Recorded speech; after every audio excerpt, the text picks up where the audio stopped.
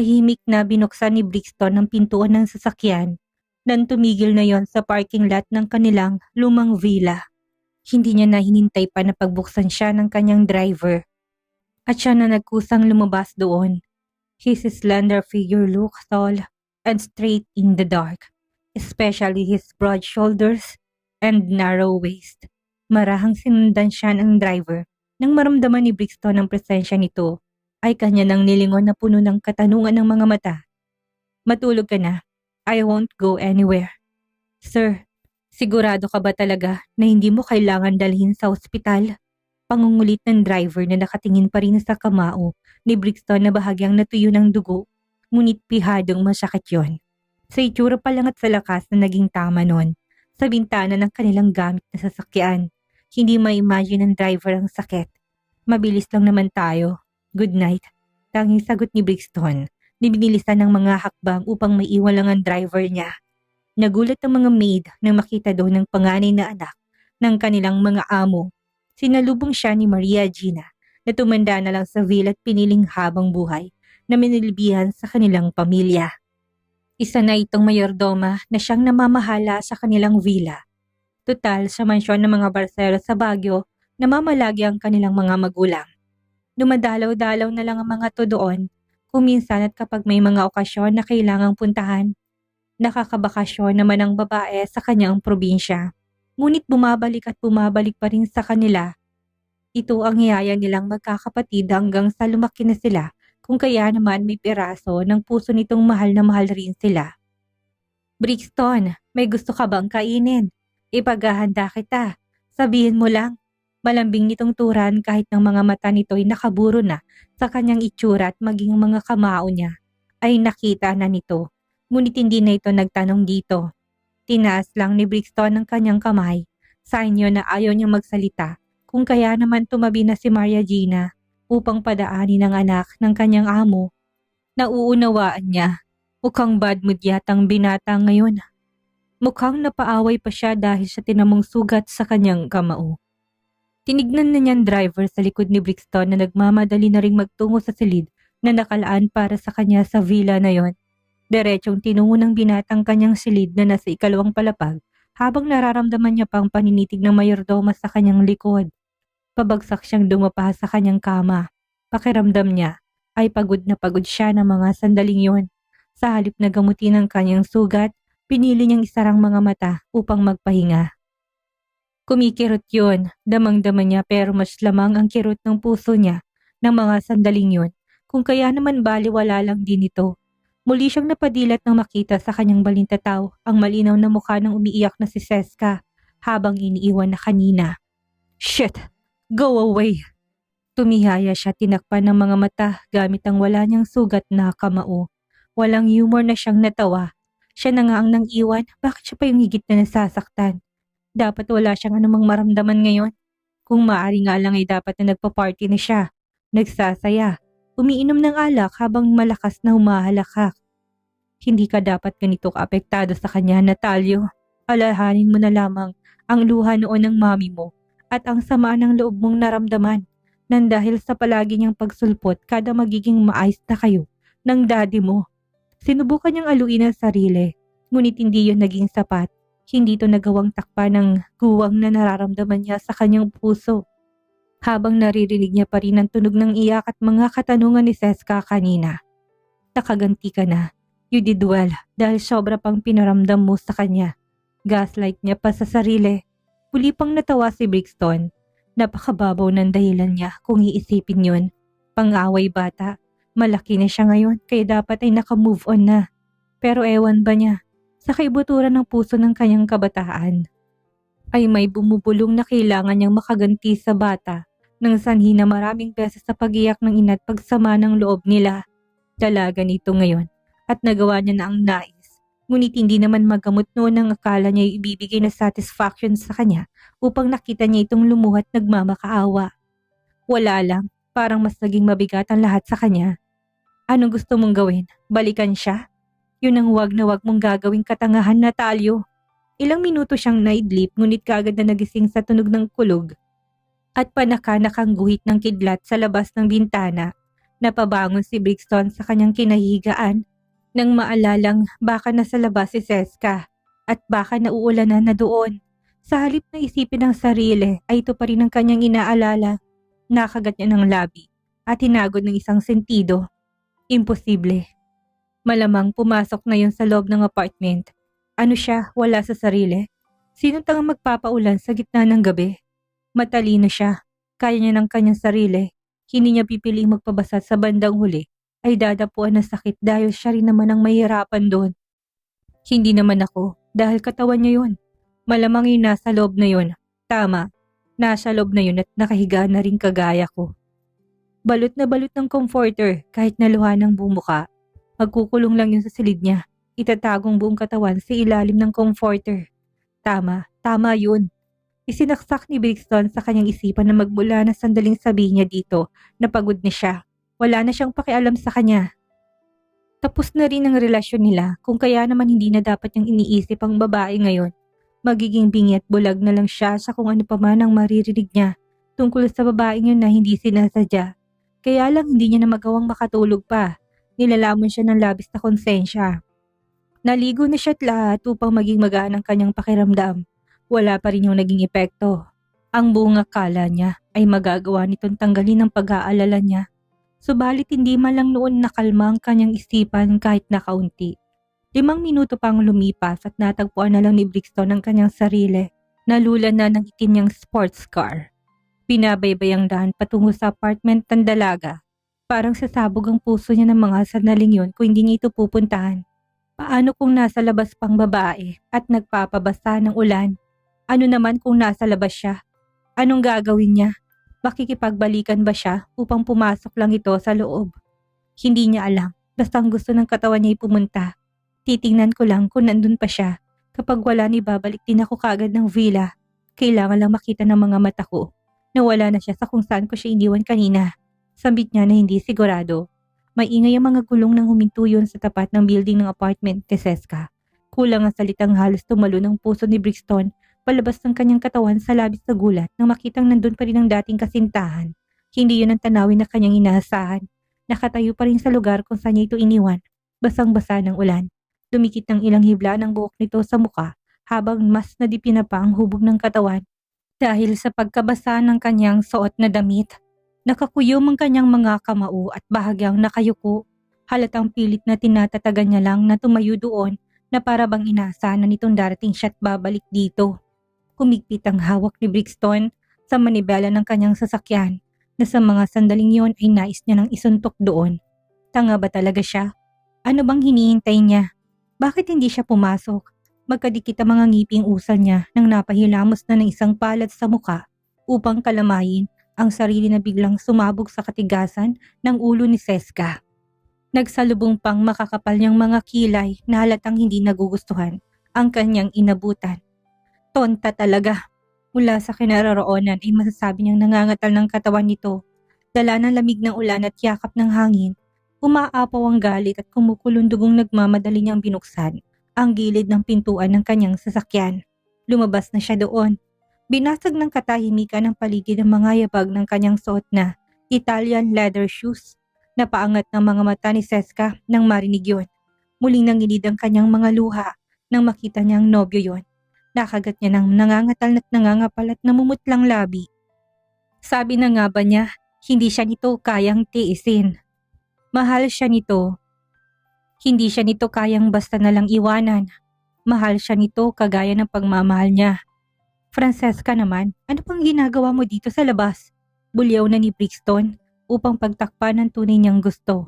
Ang yakapin ng katawan ng babae kahit na basang-basa ito ng ulan. At samahan na pumasok na sa apartment. Wala ka na ba talagang maisip na matino? You must go inside the building when it rains. It's not even daytime. Gusto mo bang magkasakit ka? Gusto mong ma-hospital ka? Parang mapupunit na ang lalamunan ni Brixton sa pagtitimping ginagawa. Brix, nangihina niyang sambit. Ang buong akala pa naman ng dalaga ay binalikan siya nito dahil natauhan ng lalaki. Inaasahan niya rin na yayakapin siya nito sa ganong kalagayan niya. Mali na naman pala siya. Hindi kasi yun ang ugaling kilala niya sa binata. Napaka-caring nito. Puno ang buong katawan ng pagmamahal kaya mas lalo niyang nagustuhan. Kailan ba nagbagong nobyo sa kanya? Hindi naman ganito ang trato nito. Wala siyang maalala ng gano'n ang paraan ng pagsigaw niya. Napakabuti nitong tao. Spoiled din siya dito. Lahat ng gusto niya binibigay din ng lalaki. Lalo na pagdating sa pagmamahal at bagay na salat siya. Ngunit ngayon, hindi niya na makita yon kahit pa sa malabong anino'y wala na rin. Pumasok ka na sa loob. Mag-hotbath ka bago matulog. I-blow dry mong buhok mo bago mahiga na hindi ka kapitan ng sakit. Alam mo namang mahinang immune system mo sa lamig. Tapos seto ka't nagpapakatanga magpabasa. Gamitin mong utak mo. Huwag mong pairalin ang katangahan mo. Ano ka ba namang tao ka? Galaw na! Naiyak panlalo si Seska sa sinabi ni Brixton. Ang nais niyang marinig ay ayain siya nitong pumasok sa loob at hintayin siya sa labas ng banyo habang naliligo. Tulungan siyang i-blow dry ang buhok at mag-usap sila ng masinsinan. Magsasorry din ito sa mga salitang masakit na binitawan sa kanya o kahit ang hiyakapin lang siya nito at halikan. Sapat na yung kabayaran sa mga maanghang na salita nito. Ngunit hindi yun ang nangyari. Ibang katauhan ng lalaki nakikita niya na hindi niya maintindihan kung saan humuhugot ng sama ng loob para gano'n ang maging trato nito sa kanya. Pinggan lang naman ang nabasag niya. Hindi ang buong pagkatao ng nobyo. Pero kung makapag-react at makaganti ang lalaki, akala mo'y nasaktan niya ito ng sobra na hindi niya nalalaman. Sobra-sobra nang ginagawa nito sa kanya ngayon. Brix, kahit na magdamag ka pang manatili dito, hindi na magbabagong desisyon ko, Seska. Tinatapos ko na ang anumang koneksyon na meron tayo. Ayoko na. Pagod na ako. Ilang ulit mo bang gustong marinig na pagod na ako sa'yo para naman matanggap mo na ako na ayoko na sa'yo? Ilang ulit, ha? O baka naman kulang ang pera na gusto mong ibigay ko sa'yo? Doon na tuluyang nadurog ang pagkatao ni Seska. Nagpangting ang kanyang tenga. Kilala ba siya nito para isipin na pera lang niyang habol niya? Paano niya nagagawang paratangan siya ng ganon? Kung sa pera lang, may pera rin naman siya. May mga design siyang nabenta at naka-savings lang ang lahat ng yon sa account niya na anumang oras ay kaya niyang kunin upang lustayin sa kung saan niya gusto. Ni hindi humihingi ang mga magulang niya sa kanya. Sa halip ay siya pa nga nang binibigyan ng kapatid niyang nasa ibang bansa na kung ituring siya ay tunay na nitong kadugo. Tapos, kung tingnan siya ng lalaking ito ngayon, ay nanlilimos ng salapi. Pagmamahal lang nitong nais niyang makuha. Yun lang. Hindi ko kailangan ng pera mo. At anong gusto mo? Pagmamahal ko? Bulag ka ba? Ayoko na nga sa'yo. Ibig sabihin nun, hindi na kita mahal. Narinig mo? Hindi na kita mahal, Francesca. Ayoko na sa'yo. Kaya please lang, tama na. Tigilan mo na. Tanggapin mo ng ayoko na. Kaya ka mabilis na naloloko eh. Ang dali lang sa'yong magtiwala. If you see me in the future, avoid me. Huwag mo na akong lalapitan o ang kahit ang kausapin man lang. Makinig ka sa akin, Seska. Makinig ka. Huwag kang bingi dyan. Tila gumuhong mundo ni Brixton nang sabihin niya yon dahil kitang-kita niya kung paano mawasak ang pagkatao ng babae sa kanyang harapan. Kailangan niyang pagsalitaan pa ito ng masama para tuluyan na siyang kamuhian ng babae. Yun lang ang tanging paraan na nakikita niyang magiging epektibo upang tumigil ng babae sa kakaasa pa sa kanya. May third party ba? May nahanap ka na bang iba? Hindi mo na ba ako mahal o minahal mo ba talaga ako noong una? Puno ng sakit ang boses nito na parang pinipilas ang puso ni Brixton habang nakatingin sa kanyang mukha. Sumagot ka. Hindi na makahinga si Brixton sa mga katanungang yon na hindi niya alam kung paano niya sasagutin. Patuloy pa rin ang baha ng luha ni Seska na parabang walang kaubusan yun. Tila nadagdagan pa yata ng dahil sa buhos ng ulan kanina. Sa bagay, sino ba naman ako? Nakatago lagi sa dilim, nakakulong sa 4 na sulok ng studio. Hindi ako magaling makasalamuha. Wala akong mga kaibigan. In short, hindi ako pang display. Wala rin naman ako mukhang maganda. Hindi mo maipagmamalaki. Pero tandaan mo kung anong meron ako na hindi mo magagawang makuha sa ibang babae. Brix, pagmamahal. Totoong pagmamahal. Mahal na mahal kita kahit na ginagawa mo sa akin ito sa napakababaw na dahilan. Bulag ka siguro kaya hindi mo yun makita o siguro wala kang pangdama kaya hindi mo maramdaman o baka kulang pang pagmamahal ko sa'yo. Nahihirapang huminga nang napahawak si Brixton sa kanyang dibdib. Kailangan niya pa bang sagutin pa yon? Nakita niya kung paano palisin ni Seska ang kanyang mga luha gamit ang nanginginig at namumutla nitong mga kamay. Forget it. Huwag mo nang sagutin. Alam ko nang sagot mo sa balangkas pa lang ng paninitig mo sa akin. Sige Brix, kung itong gusto mong ibibigay ko, bigyan mo lang ako ng 2 araw at aalis na ako sa apartment na to. Kalmado ng boses ng babae. Hindi nanginginig. Hindi malungkot at hindi rin yon galit. Uulitin ko, hindi ko kailangan ng apartment at ang pera mo. Ayaw kong tanggapin ng mga bagay na yon dahil parang nagpabayad na rin ako sa pagmamahal na libreng ibinigay ko sa'yo. Huwag kang mag-alala, hindi na kita guguluhin pa. Hindi na kita pipilitin pang magpaliwanag sa akin. Ilang beses na ibinuka ni Brixton ang kanyang bibig, ngunit nagulantang siya nang bigla siyang tinalikuran ng babae at hindi malang ito nagpaalam. Diretsong lakad niya na baliwalang lamig na malamang ay nanunuot na sa buto ng dalaga. Naikuyom na ni Brixton ang kanyang mga kamao. Ilang sandali pa'y nawala ng bulto ni Seska sa paningin niya. Siya naman ang hindi magawang makakilos sa kinatatayuan.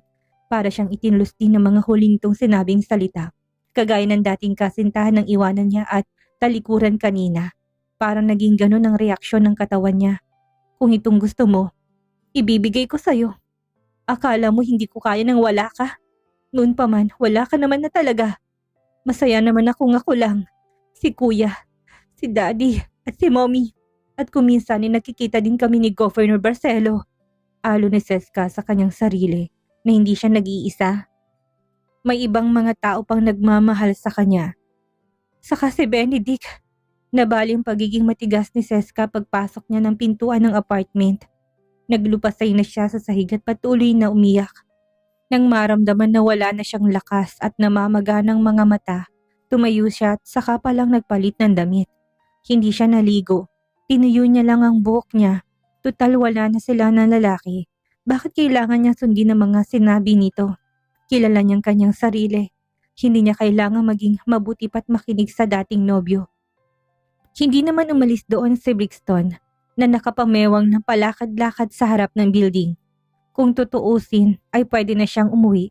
Tutal nakapasok ng babae sa loob. Yun lang naman ang tanging goal niya, kaya siya bumalik. Pero hindi niya maintindihan ay kung bakit nag-aalala pa rin siya. Hindi mapalagay ang loob niya. O marahil ay hindi niya lang matanggap na makakaya nitong talikuran siya, gaya ng ginawa nito. Kailangan pa ba niyang magulat sa ginawa nito? Kung tutuusin ay kulang pa yung kabayaran sa kanyang ginawa. Dapat sinampal siya nito. Sinaktan, ganun dapat. Yun ang normal na reaksyon ng mga babaeng nasasaktan at iniiwan ng walang sapat na dahilan. Pero wala, hindi ito nangyari. Maya-maya, plano niyang pagliwanag ng langit ay kakatukin niya si Seska sa itaas. Kukumustahin lang niya, baka kasi nagkasakit. Gusto lang niyang makasigurado na maayos ang pangangatawan ng dating nobya bago tuluyang iwanan sa apartment.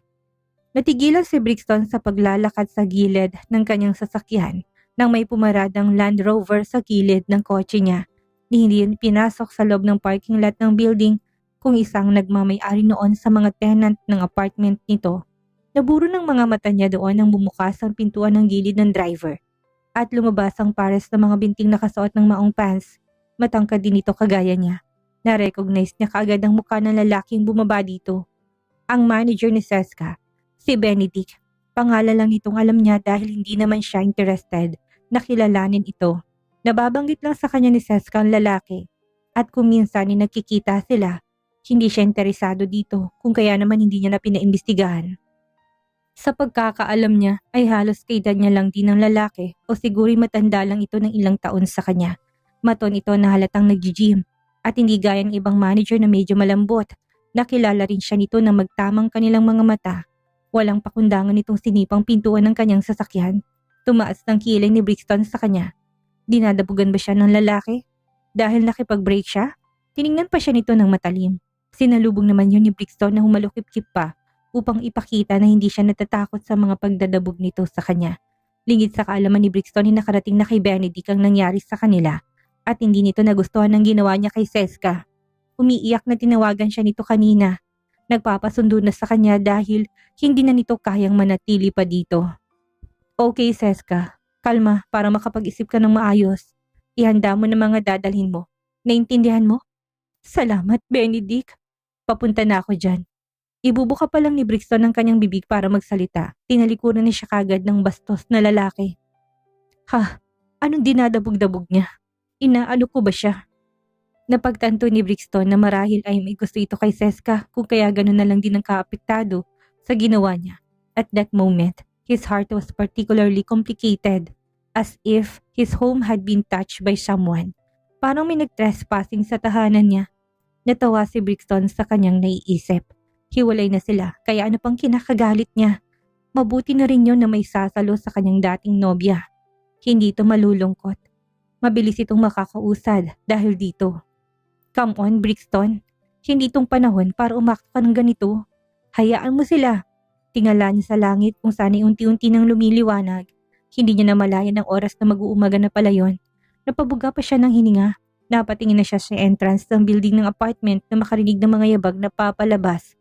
Hindi siya nagkamali ng hinuha. Sila na nga yun. Sinundo lang pala niya si Seska na mukhang nahimasmasan na sa breakup nila. Nakita niya naglalakad palabas doon si Benedict at Seska. Nauuna si Benedict, bitbit ang isang kamay na may kalakihang maleta. Sa likod niya ay nandoon si Seska. Balot na balot ng denim na jacket ni Benedict, kaya naman hindi niya magawang makita ang buong mukha nito. Parang nagtatago. Tinatakpan upang walang ibang makapansin ng pamamaga. Parang papel na naman na nilamukos ang puso ni Brixton sa kaisipan niyang yun. Saglit na natigilan si Benedict na makalapit sa may banda niya. Nakatitig pa rin kasi si Brixton sa mukha ni Seska. Pilit yung inaaninag, ngunit nabigo pa siya na masilayan ang itsura ng dating nobya.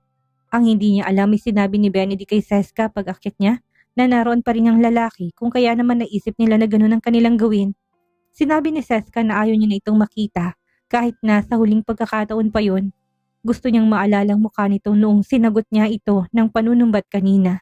Gulat ito at priceless yon para kay Seska na noon lang lumaban kay Brixton. Yun ang gusto niyang maalala na mukha ng dating kasintahan hanggang sa huli. Kung titingnan niya ito ngayon, baka mas lalo siyang mahirapan na makausad sa kanilang naging biglaang breakup. Seska, let's get inside the car. Harap-harapang akbay na ni Benedict na hindi nakaligtas sa mapagmatyag na mga mata ni Brixton.